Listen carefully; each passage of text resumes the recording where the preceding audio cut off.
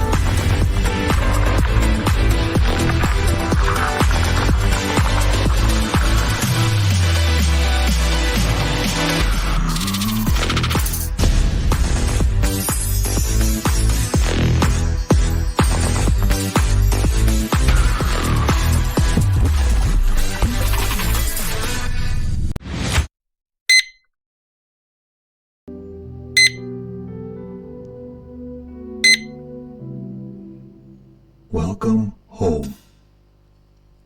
Shalom saudara yang dikasihi Tuhan Yesus. Mari kita siapkan hati kita untuk memuji dan memuliakan nama Tuhan. Tuhan, terima kasih Tuhan buat pagi yang indah ini. Terima kasih buat setiap anugerah dan kasih Tuhan dalam hidup kami. Engkau Allah yang mengerti, Engkau Allah yang peduli Tuhan dalam kehidupan kami. Engkau Tuhan sumber pertolongan dalam setiap kehidupan kami ya Tuhan. Engkau kekuatan kami. Berkati ibadah kami ya Tuhan pada pagi hari ini. Terima kasih ya Tuhan, terima kasih.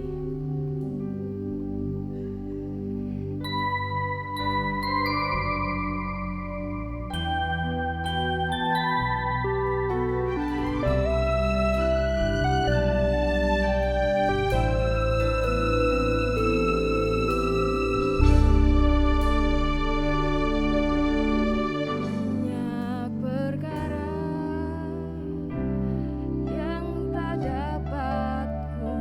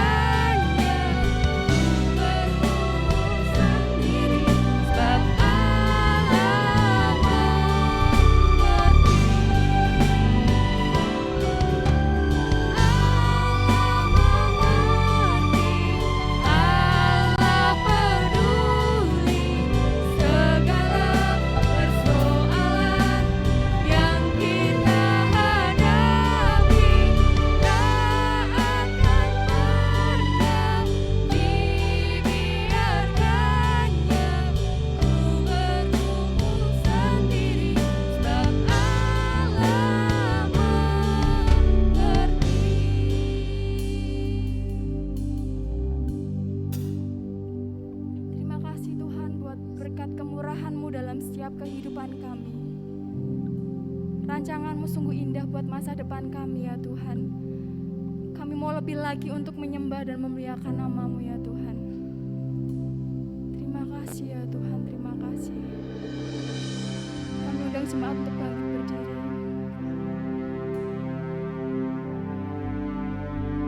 Terima kasih Tuhan Yesus, terima kasih.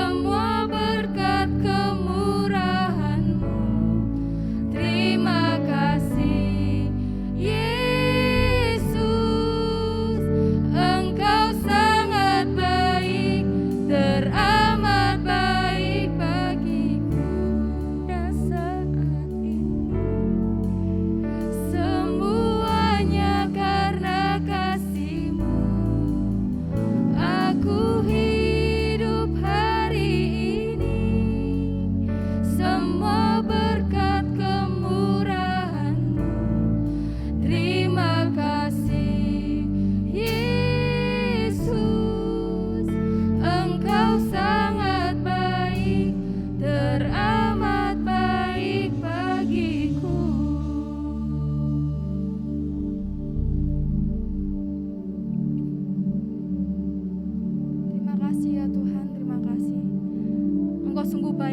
setiap kehidupan kami.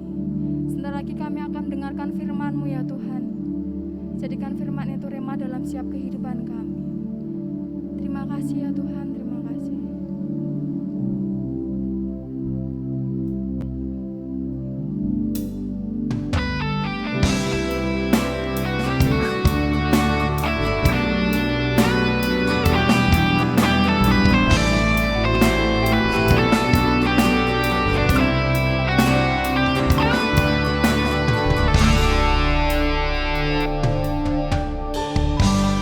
Semua dosa manusia kan tebus dengan darah-Mu yang kudus.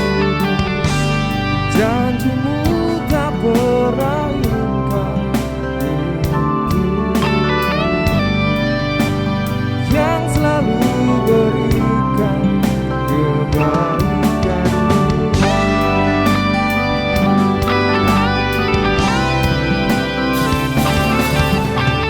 Kau yang selamatkanku, sembuhkan sakitku, penolong yang hebat. Yesus, Kaulah hidupku selamanya.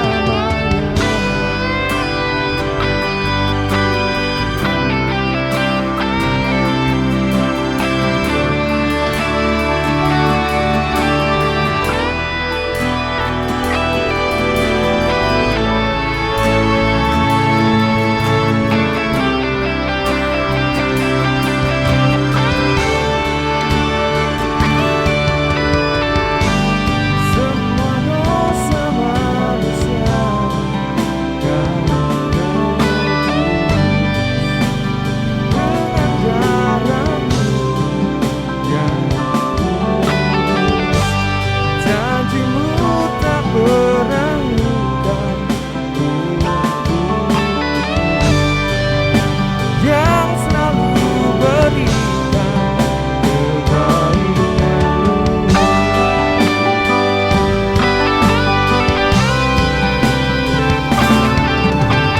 Kau yang selamatkanku,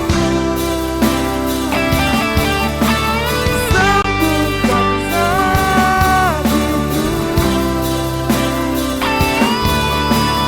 penolong yang hebat.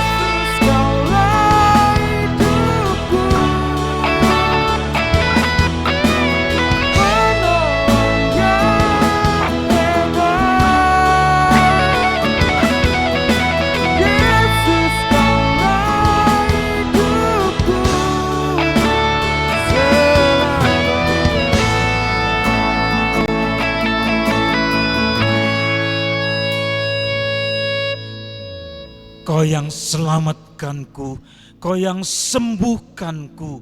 Engkaulah penolong kami yang hebat. Tidak ada yang lain yang seperti Engkau. Oh, maka Engkau layak dipuji, disembah, dielu-elukan. Hosana, hosana, hosana. Hosana, hosana. Puji namamu, puji namamu. Sembah bagimu, dimuliakanlah namamu.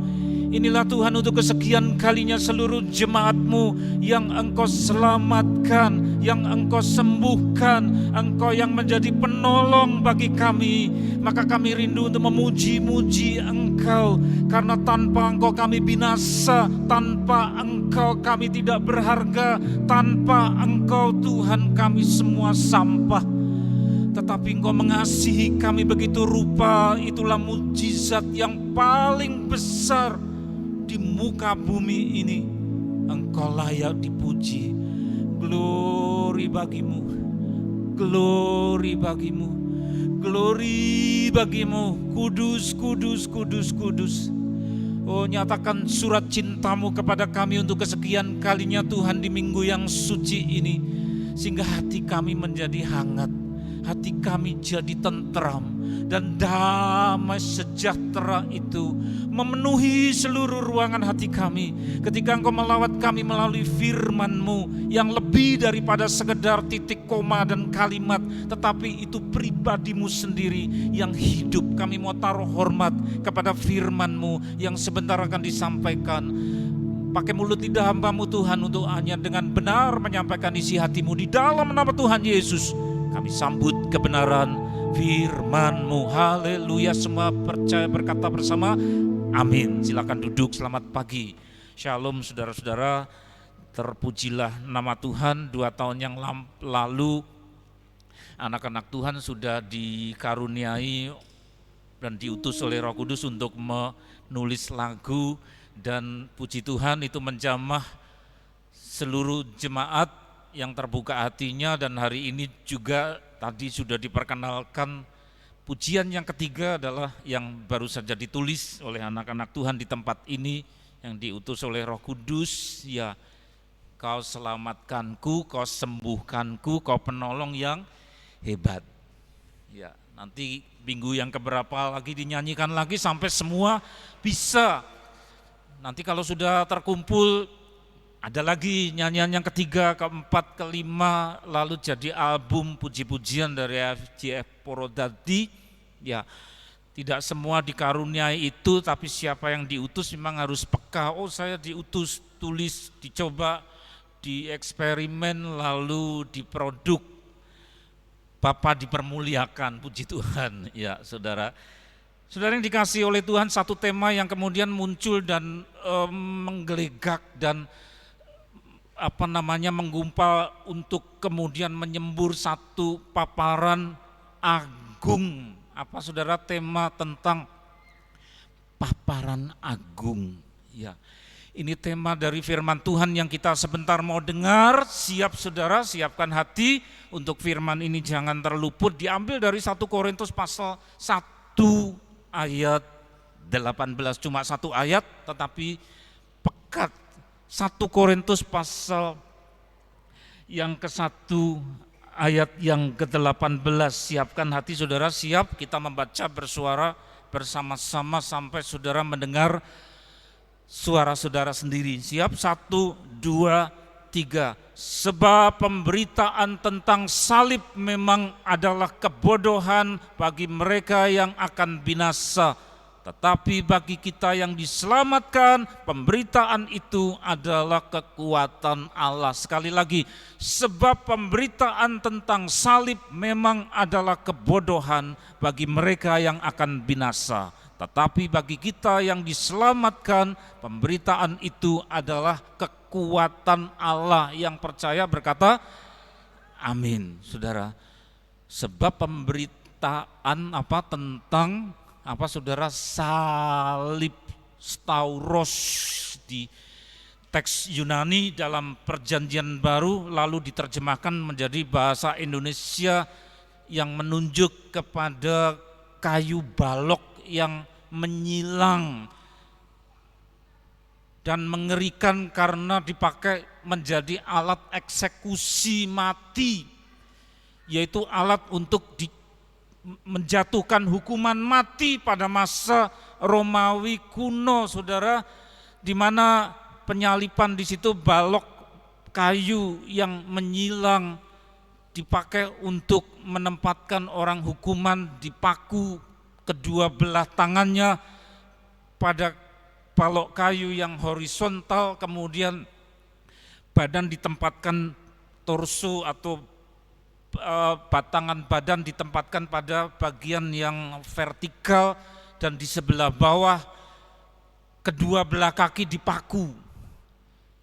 Jadi ada 4 paku yang dipasang sehingga orang yang dihukum mati di situ tidak mati seketika, tetapi perlahan-lahan berjam-jam sampai darahnya habis dengan kesengsaraan yang luar biasa. Itulah stauros atau salib. Dan kemudian tidak ada yang bisa membayangkan ternyata Tuhan kita yang begitu penuh dengan kasih ketika mengambil keputusan yang sangat frontal dan luar biasa, di mana hukuman yang seharusnya ditimpakan kepada seluruh penduduk bumi karena tidak ada satupun orang yang benar, semua berdosa, durhaka, layak dibuang ke dalam kebinasaan, hukuman api neraka. Tetapi Tuhan tidak tega kemudian menyediakan dirinya sendiri, bukan sekedar berfirman, bukan sekedar memberikan seorang utusan, bukan sekedar memberikan surat memo yang isinya lunas. Semua sudah saya ampuni, lunas.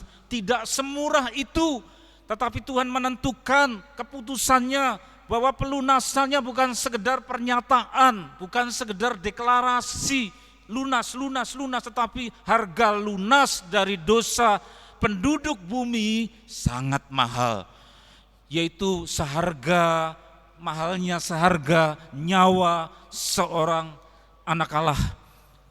Di mana ada seseorang yang meluncur keluar dari pribadi Allah, dari surga, dia masuk ke tengah-tengah planet bumi ini. Tetapi karena Allah Maha Hadir, meskipun beliau keluar dari surga dan datang ke bumi sebagai Tuhan Yesus, ajaibnya di surga tidak kosong, tetapi beliau tetap hadir sebagai Allah Bapa.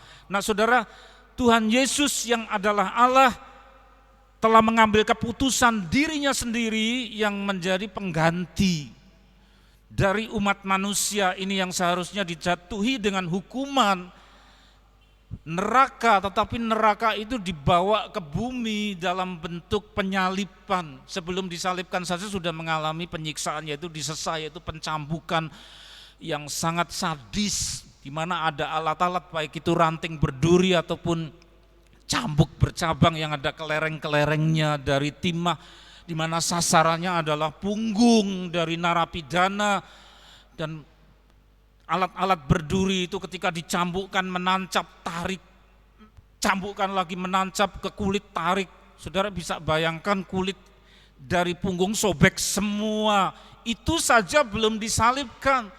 Ya, baru sesah atau pencambukan dan kemudian disusul dengan yang namanya dipaku pada balok kayu, dan itu Tuhan sudah lakukan. Kalau tetap sebagai Tuhan yang adalah roh, tidak mungkin dipaku, maka dia harus memakai tubuh orang bumi, memakai darah daging, ada darahnya yang bisa disakiti. Itulah Tuhan Yesus.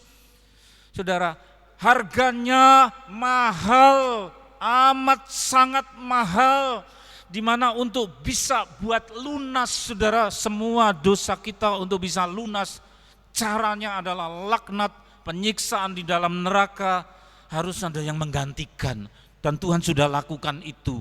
Maka orang-orang Kristen di seluruh dunia sama saja dengan orang yang berhutang budi kepada Tuhan. Ya, hutang budinya karena sudah beliau gantikan tempat kita sebagai narapidana. Itu beritanya namanya adalah Euangelion, diterjemahkan menjadi Injil, berita tentang salib, di mana Allah sudah mewakili kedudukan kita sebagai terhukum sebagai yang dilaknati. Laknat itu dia pikul. Inilah surat cinta yang diberitakan di dalam kitab suci, namanya berita tentang salib atau Evangelion, Gospel atau Injil. Ya. Nah, dituliskan di dalam ayat 18, saudara perhatikan tadi kita membaca bersama-sama, sebab pemberitaan tentang salib namanya apa saudara? Evangelion atau Injil. Sebab Injil yaitu berita tentang salib, Tuhan Yesus yang memikul hukuman kita tadi saudara, berita tentang salib atau Injil memang, nah di sini tidak enaknya saudara, memang apa? Adalah kebodohan bagi mereka yang akan binasa. Jadi sebenarnya cintanya Tuhan yang luar biasa yang sudah ditunjukkannya dengan cara ia menjadi narapidana demi saudara dan saya. Ungkapan cintanya yang sudah diwujudkan 2000 tahun yang lampau lalu diberitakan di mana-mana ke seluruh dunia saudara, ternyata tidak semua orang menanggapi dengan positif. Tidak semua orang menanggapi, ya ini saya Tuhan, saya mau terima pelunasan itu supaya saya lunas, tidak lagi berstatus sebagai narapidana. Tidak semua orang mau seperti saudara. Tetapi ada banyak orang yang disebut sebagai orang-orang yang menganggap oh itu bodoh. Yang dalam teks aslinya di bahasa Yunani disebut moria, bodoh alias konyol, yang membuat orang tertawa, orang mengejek. Apa itu dongeng? Ya, masa Allah jadi orang, jadi manusia, dan surat 1 Yohanes menyebutkan yang mengejek dan tidak mengakui bahwa Allah pernah jadi manusia, yang seperti itu, yang menganggap seperti itu tidak mungkin, itu saudara, itu berasal dari roh antikris. Mereka tertawa-tawa, mereka mengolok-olokkan, mengejek, menganggap itu dongeng konyol. Maka kemudian disebutkan moria, yaitu apa? Cerita bodoh, berita konyol, berita dongeng, berita yang menggelikan. Itulah anggapan orang-orang kebanyakan terhadap Injil, saudara. Ya, itu satu kenyataan. Saya sendiri sudah ketemu dengan yang seperti itu. Ya, atas karunia Tuhan 14 tahun diutus memberitakan Injil di sekolah, dan kemudian 70% lebih itu bukan pengikut Kristus. Selalu saja ada tanggapan, oh ini toh ya. Mula-mula cuma dengar dari cerita orang, tapi kemudian saya mengalami sendiri 14 tahun, ada saja yang kemudian tertawa, mengejek. Kristen, ya ada, saya dengar seperti itu. Kemudian ada yang tergelak ketika mendengar tentang seorang anak Allah yang jadi manusia, yang memikul hukuman supaya kita jangan ke neraka, tetapi hukuman itu dia pikul, orang tertawa, menganggap itu konyol, menganggap itu bodoh, menganggap itu dongeng. Ada yang menyebut tak masuk akal, saudara. Itu satu kenyataan. Dan bukan hanya di yang saya dengar dan saya hadapi, orangnya saya tahu, ternyata ada lagi. Ya, itu satu kenyataan. Mungkin saudara juga ketemu dengan yang semacam itu. Terus berikutnya lagi, saudara, halaman berikut kita lihat. Nah, jadi penilaian duniawi dari penduduk bumi ini memang adalah penilaian Injil itu menggelikan. Berita tentang salib itu konyol, berita tentang penebusan adalah sesuatu dongeng yang mereka cemoohkan karena punya nilai. Konsepnya itu adalah konsep duniawi. Konsep duniawi dimotori oleh koordinatornya, roh duniawi. Dan mereka ini yang tertawa, mereka ini yang menganggap Injil itu bodoh. Kenapa bodoh? Karena ditokohi, saudara.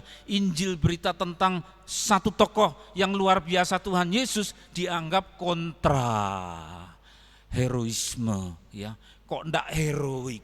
Loh, katanya pahlawan, katanya juru selamat, kok tidak bersifat seperti profilnya, tidak bersifat seperti seorang hero, tidak seperti seorang pahlawan. Mestinya pahlawan itu ciri-cirinya adalah seperti pendekar, warrior, naik kuda jantan berderap-derap gagah, ya punya pedang, punya anak buah, jadi punya kekuatan politik. Itu heroisme. Kemudian penjajah-penjajah yang sedang menjajah umat Tuhan waktu itu disingkirkan.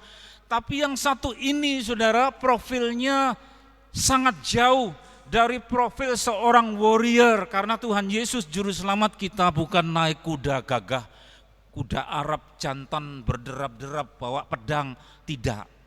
Malah muridnya yang mencabut pedang namanya Simon Kefas alias Simon Petrus mencabut pedang dan menebas daun telinga seorang bernama Malkus. Dan daun telinga itu meninggalkan tempatnya, lalu jatuh di tanah, dipungut oleh Tuhan Yesus, tempelkan lagi, plek, ya, pulih. Heran, ini kok nempel lagi? Dan dia tegur muridnya yang menebas pakai pedang, yaitu Simon itu, sarungkan pedangmu, barang siapa menyandang pedang juga akan dimakan oleh pedang.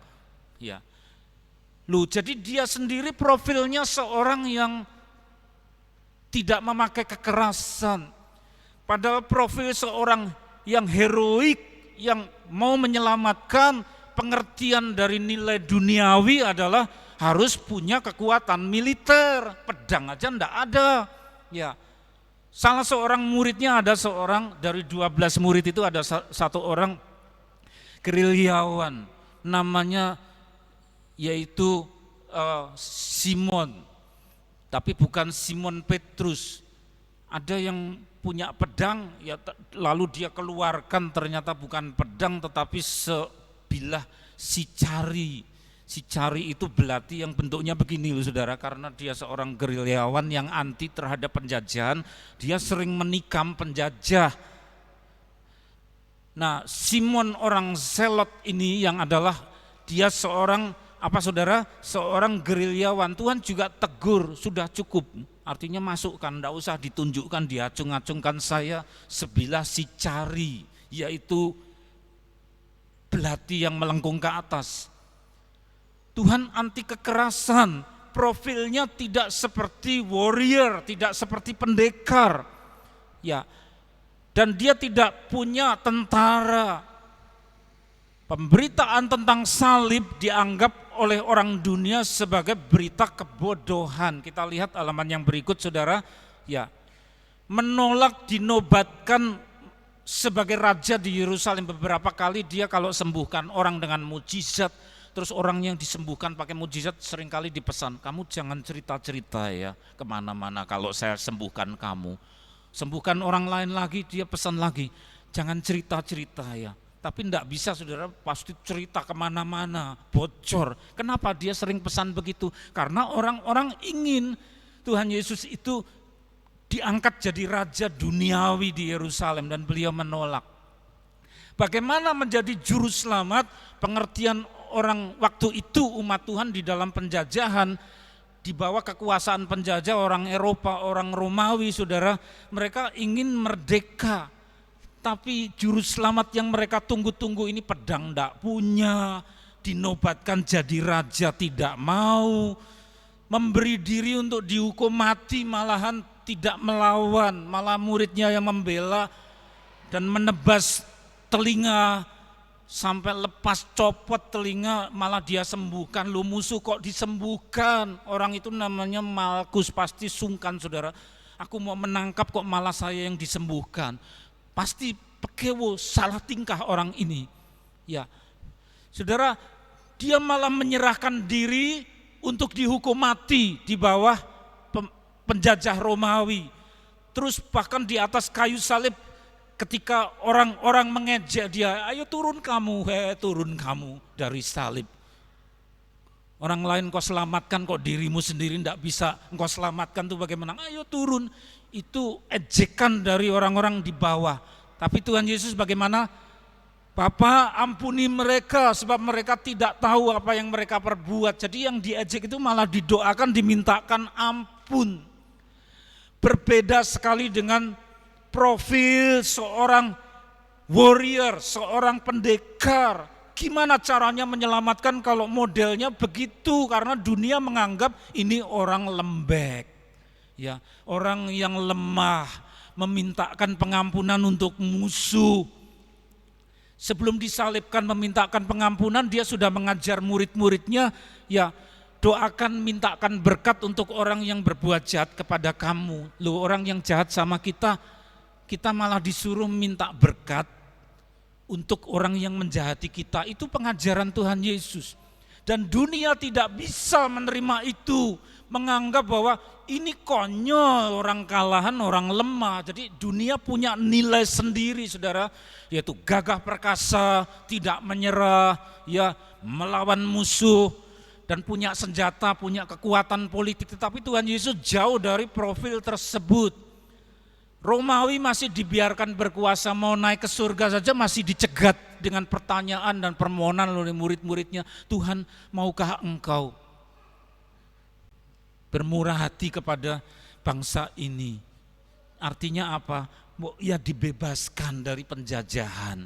Tuhan menolak, saudara, waktu itu. Engkau tidak perlu tahu waktu dan masanya. Karena ternyata masih dibiarkan di bawah penjajahan sampai tahun 70 AD. Itu Yerusalem dihancurkan, Bait Allah diruntuhkan baru tahun 47. Kita merdeka terlebih dulu tahun 45, tapi mereka 2 tahun berikutnya baru kembali menjadi negara Israel. Dan masih lama sekali sejak Tuhan Yesus sampai 47 itu, saudara, dibiarkan dalam penjajahan. Jadi Tuhan tidak mau lepaskan dari penjajahan, Tuhan ngerti yang terbaik. Ini kontra heroisme, artinya tidak cocok dengan ciri-ciri sebagai pahlawan, juru selamat. Itu penilaian orang dunia, sehingga orang banyak kecewa kepada berita tentang salib. Loh kok disalib, loh kok disalib, katanya mau menyelamatkan, kok dibunuh. Jadi berita tentang salib adalah konyol, berita tentang Injil itu sesuatu yang dianggap bodoh. Mereka tidak sadar bahwa justru untuk menyelamatkan manusia supaya jangan disiksa ke dalam neraka, caranya harus melalui apa? Stauros, salib. Itulah berita yang dianggap bodoh oleh dunia, namanya apa? Evangelion atau Injil. Terus dilihat halaman berikut. Waspadai, saudara, apa yang fatal, parah. Karena bunyinya apa? Sebab pemberitaan tentang salib, namanya apa tadi? Injil, tentang Tuhan Yesus yang disalib supaya kita diselamatkan, memang adalah kebodohan, dianggap konyol, berita tidak masuk akal, menggelikan, layak diejek. Tapi yang merah, saya tertarik memberi warna merah. Apa itu?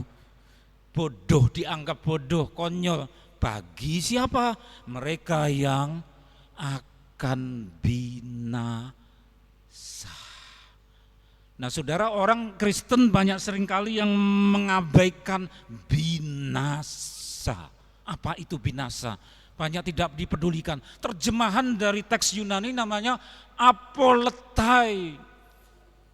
Tuhan ingin supaya orang jangan apoletai. Apoletai itu apa, saudara?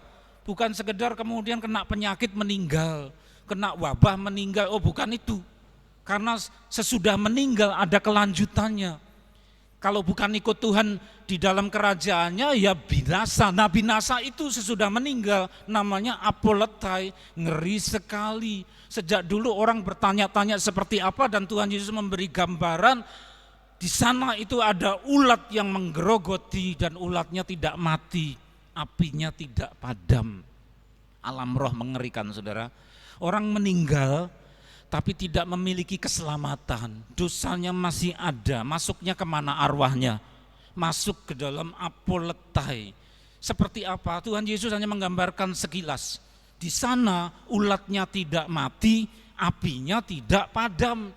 Orang penasaran, kok ada ulat kena api tidak mati, jadi menggerogoti arwah-arwah itu dan mereka menjerit-jerit, ngeri sekali, saudara. Ya. Dan zaman dulu sampai zaman sekarang orang terus penasaran seperti apa. Ya. Dan memang harus ngeri karena tidak terbayangkan. Itulah sebabnya yang pernah saya kutip dari researchnya orang Rusia, ilmuwan geologi yang mengebor perut bumi, saudara, ada apanya di dalam perut bumi, sehingga di Siberia dilakukanlah pengeboran sampai 9 km di bawah dalam sekali. Kok makin ke dalam makin panas, perut bumi ternyata panas.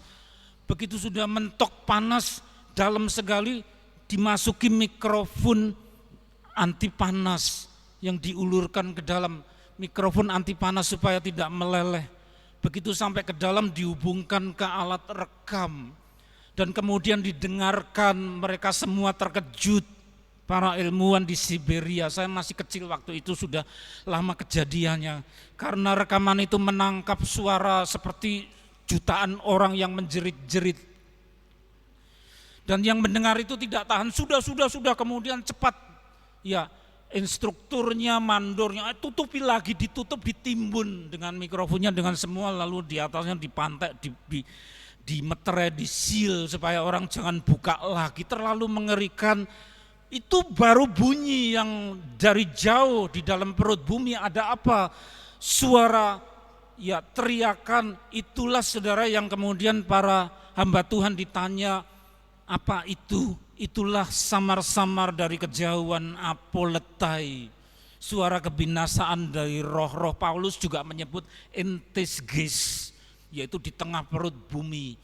Kalau orang tidak punya keselamatan meninggal, ya dia tidak naik tetapi turun masuk ke dalam. Kalau jenazah hanya dikubur 2 meter di dalam tanah, tapi roh lebih dalam dari 2 meter. Nah ternyata kisah Siberia, rekaman itu yang menyebabkan buruh-buruhnya, tukang gali dan seterusnya gangguan jiwa sehingga mereka harus dirawat oleh tim medis kejiwaan. Tidak berhenti di situ. Bukan hanya di luar negeri, ternyata di tahun 2019 sampai ke sini makin dekat akhir zaman, enggak usah jauh-jauh di Indonesia ya. Ada orang penasaran memasang ini, dipasang alat rekam, ditaruh di dalam ada apanya ya. Sehingga kemudian cari tempat sepi lalu di makam, diberi lubang sedikit, direkam, kemudian besoknya diambil, didengarkan pakai alat. Lu kok kedengaran suara yang aneh, dari jarak jauh seperti orang berteriak-teriak, menyayat hati dan tidak tahan. Dan lalu orang-orang tertawa, itu cuma kebetulan rekayasa. Ternyata bukan hanya di desa itu, tapi di tempat yang lain orang mencoba juga sama mendengarkan. Ya, itulah sebabnya di kebaktian yang beberapa waktu yang lalu pernah saya tunjukkan itu, tetapi saudara, ya itu ternyata bukan hanya di satu tempat.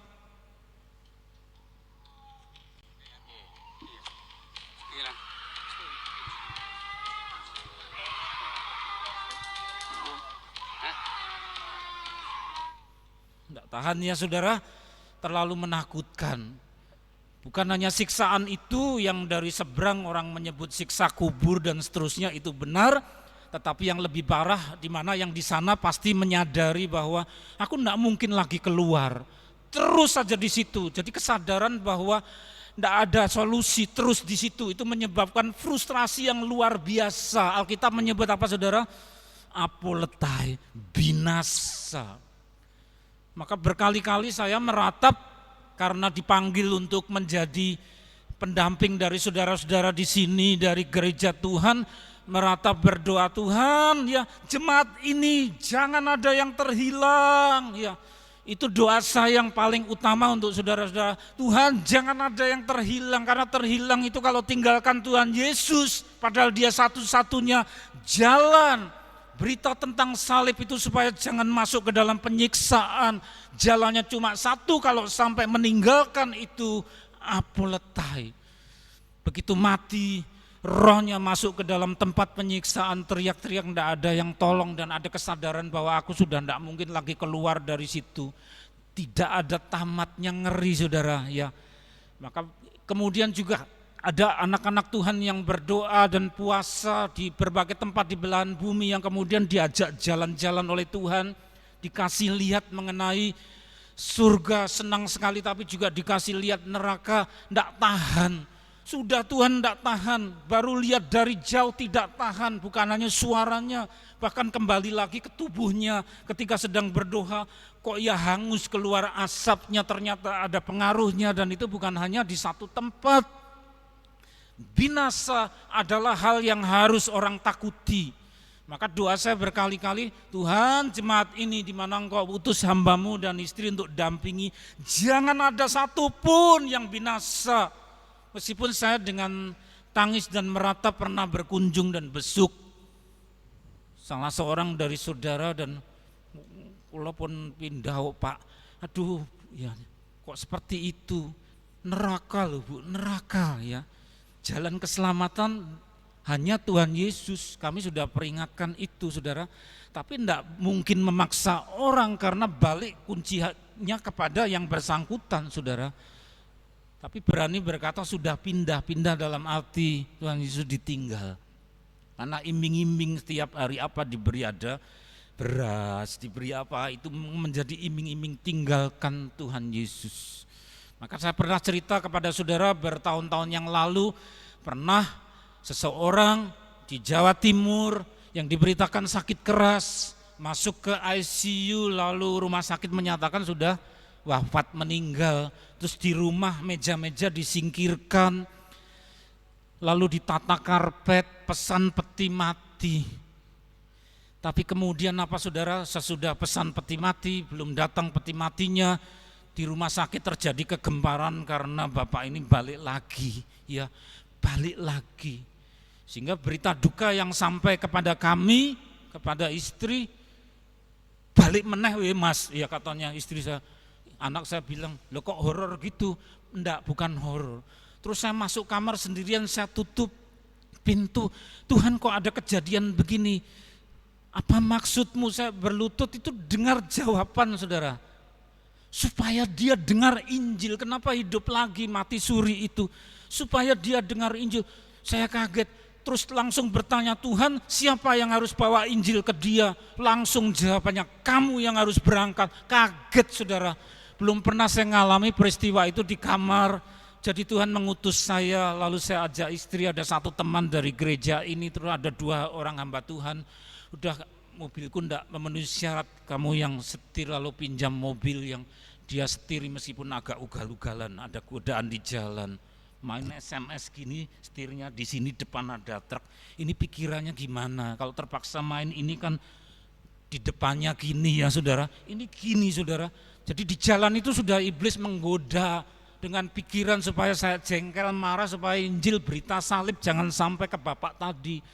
Tapi Tuhan berikan aduh ya sampai ke rumah, berkesan sekali. Ya, Tuhan sudah garap itu pada bapak itu di tempat tidur. Dalam keadaan sakit keras Pak, ya jalan ke surga cuma satu, namanya Tuhan Yesus. Bapak harus memberi diri ke dia, namanya percaya memberi diri.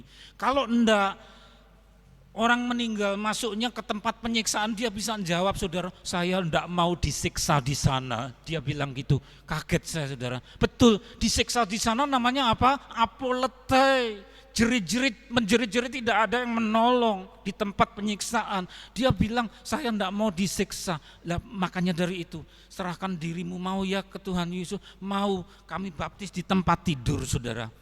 Satu orang main gitar puji-pujian, Tuhan saya serahkan orang ini ke dalam tangan Tuhan. Terus kami tinggal dari Jawa Timur pulang seperti sembuh saudara. Dikasih keringanan bisa ini itu, sesudah itu dipanggil Tuhan. Dalam keadaan sudah dibaptis, terima Tuhan Yesus. Berita tentang salib yang dianggap bodoh, konyol oleh dunia, Bapak ini terima. Bapak ini bisa bilang melalui mulutnya, saya tidak mau disiksa di sana. Betul saudara, siapa yang mau disiksa? Jalannya cuma Tuhan Yesus. Tapi dunia ini menolak, bahkan yang sudah terima Injil aja sampai ada yang tega melepas.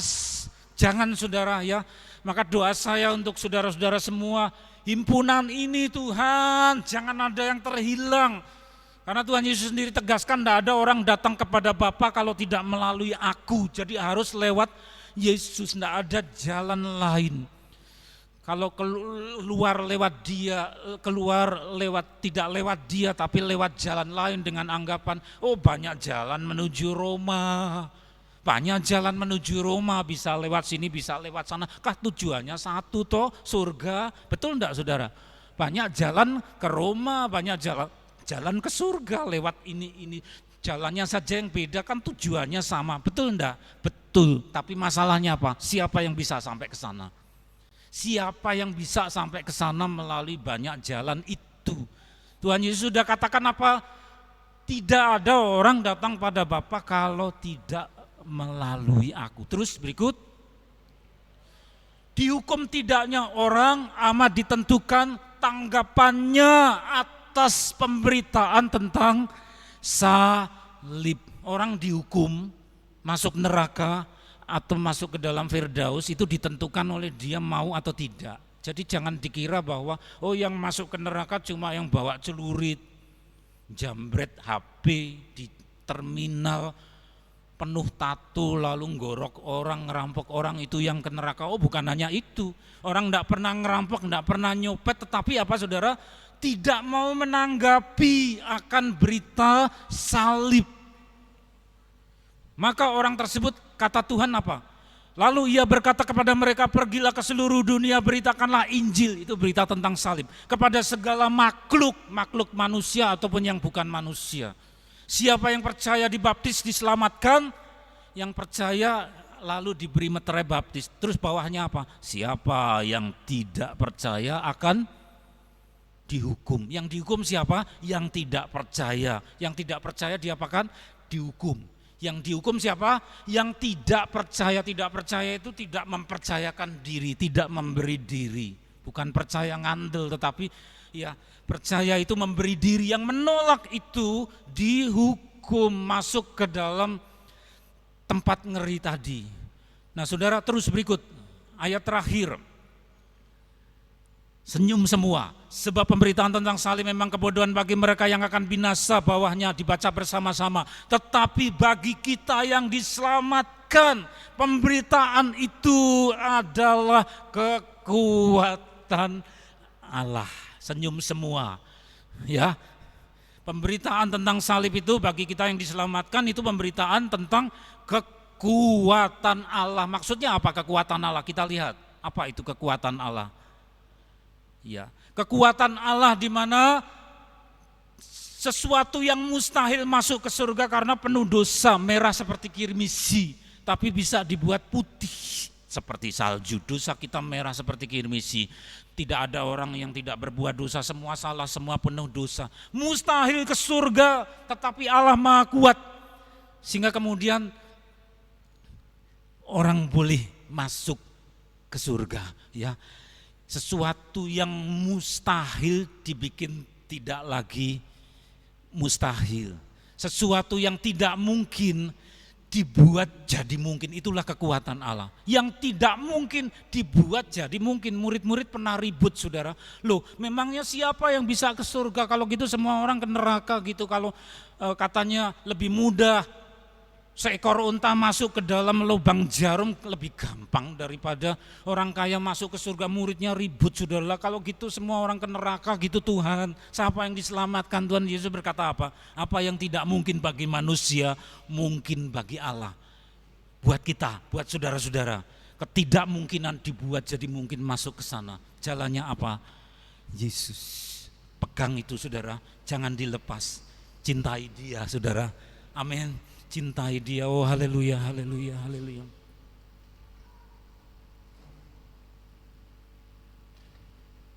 Haleluya, haleluya. Aku ada sampai hari ini, semua karena anugerah-Mu. Terima kasih Tuhan, terima kasih Yesus. Kau hiasi dengan kemurahan-Mu.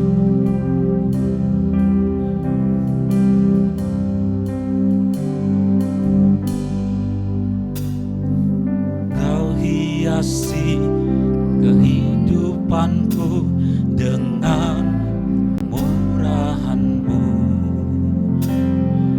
Kau rancangkan masa depanku penuh dengan harapan.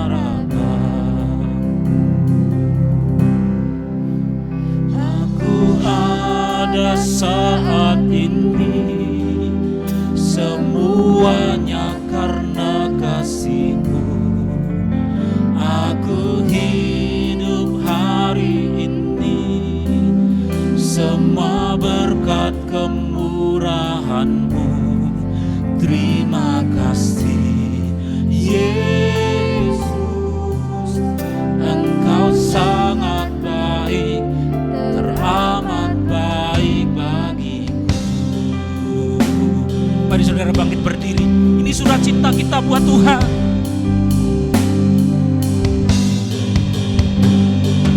Kau hiasi kehidupanku dengan kemurahan-Mu.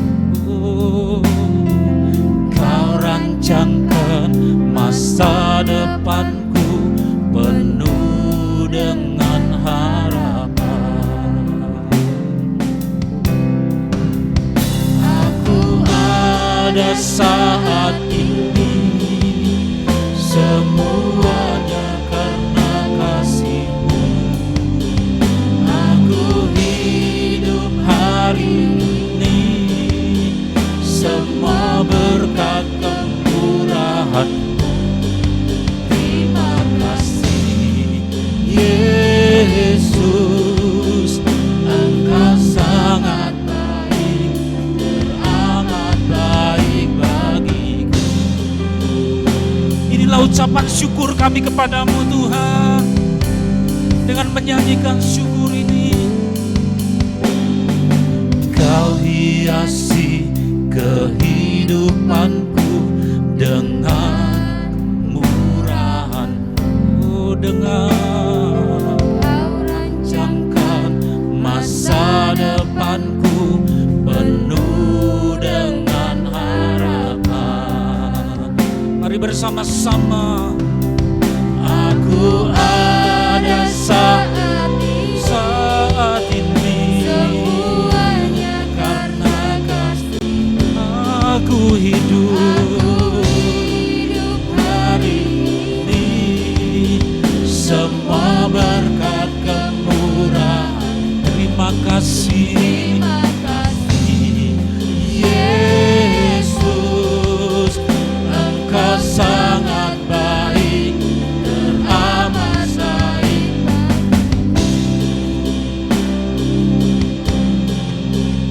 Bapa, Engkau sangat baik kepada kami. Izinkan kami mengucap syukur dalam bentuk persembahan ini. Kuduskan, sucikan, oh sucikan ya Bapa, sehingga menjadi sukacita kami, tetapi juga menjadi sukacita-Mu, dan Engkau disukakan oleh karena kami mengucap syukur dalam nama Tuhan Yesus.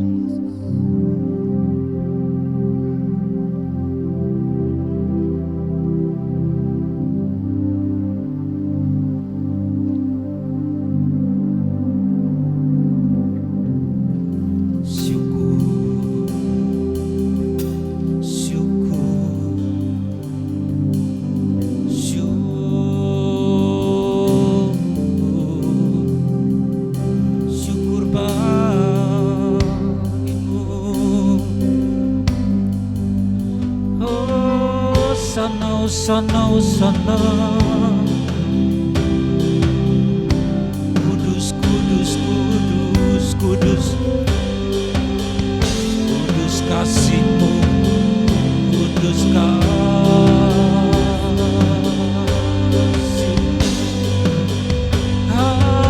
Haleluya.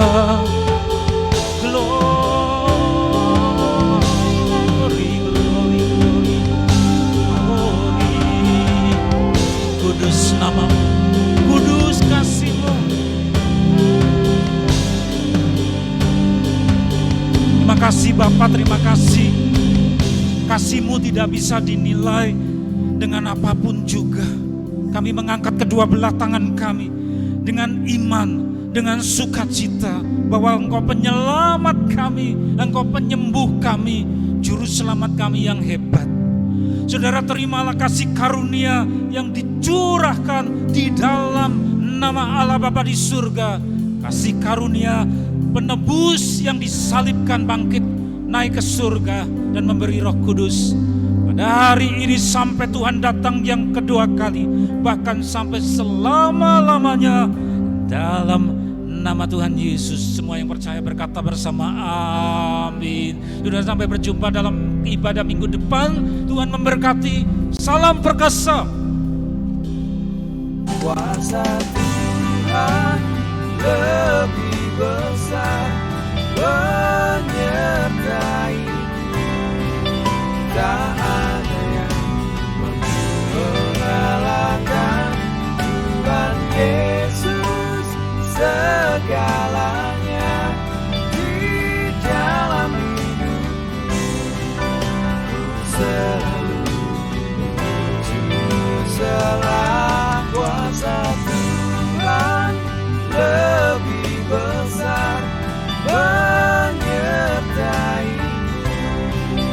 tak ada yang mampu mengalahkan Tuhan Yesus segala